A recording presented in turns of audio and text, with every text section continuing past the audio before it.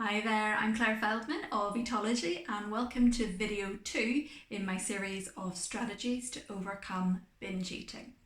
Now, if you caught video 1, in it I talked about the importance of food journaling in beginning your journey to food freedom.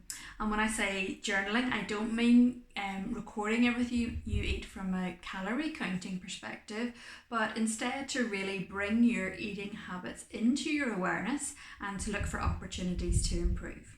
And generally there will be two major triggers that lead to binge eating.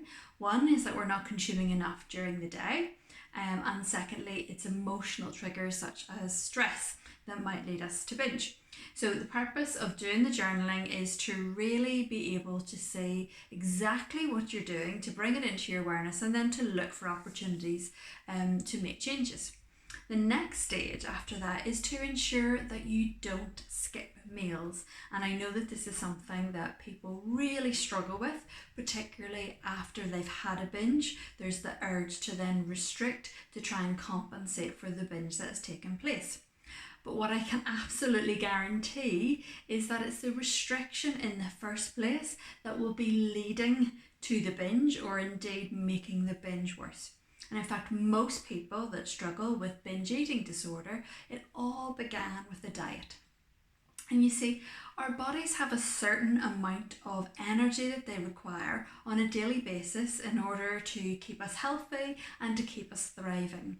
And when we embark on a diet, and in particular a low calorie diet, our body doesn't like this. Our brain interprets this as a threat, and it will do whatever it can to keep you alive and to ensure that you're getting the calories that you need.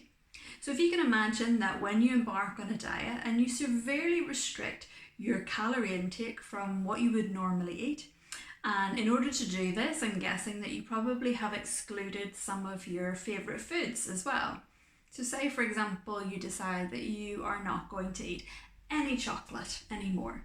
And you start on a Monday, because diets tend to always start on a Monday, and you exclude all chocolate from your diet and you eat incredibly healthy and you're consuming much less calories than your body would normally typically be used to.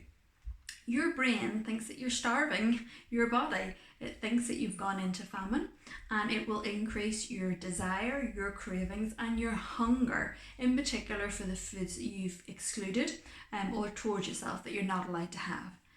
And ultimately, it will always result in binge. It's a bit like if I was to say to you now, whatever you do, don't think about a pink elephant.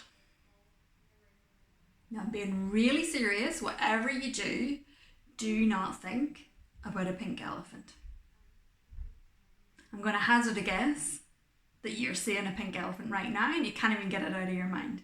This is exactly what happens whenever we're dieting. We say to ourselves, do not have chocolate, do not have bread, do not have any carbohydrates at all. And what happens is that your desire, your cravings, your intensity for those things and to want to consume those things goes through the roof. Our brain doesn't like to hear that it's not allowed something. It makes you desire it even more.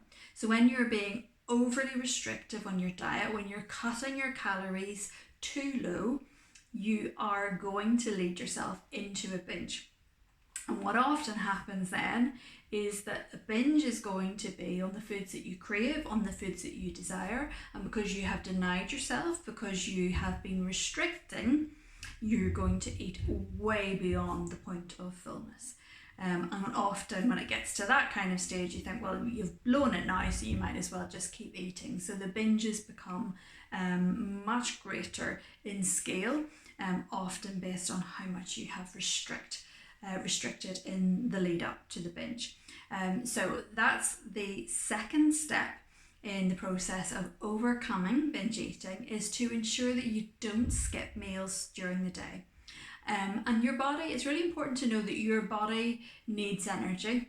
And if you're not eating enough throughout the day and you are skipping meals, your body will be looking to compensate in some way. So people will often be overly restrictive during the day in an attempt to be good and thinking that they're showing great restraint and that they're being healthy. And then they will be overeating in the evening and then feeling really guilty and feeling like they're lacking in willpower. And it's got nothing to do with willpower. If you're not consuming enough energy during the day, your body will be seeking it and looking for it later in the day. So to try and reduce the likelihood and the intensity of urges to binge in the evening, I really encourage you to ensure that you are eating 3 balanced meals throughout the day, ideally going no longer than 3 to 4 hours without eating. And balanced meals ensures that you have got a protein, a carbohydrate, and a small portion of healthy fats in every meal ideally. So I hope you find this video helpful, and stay tuned for video 3 in the series. Thank you.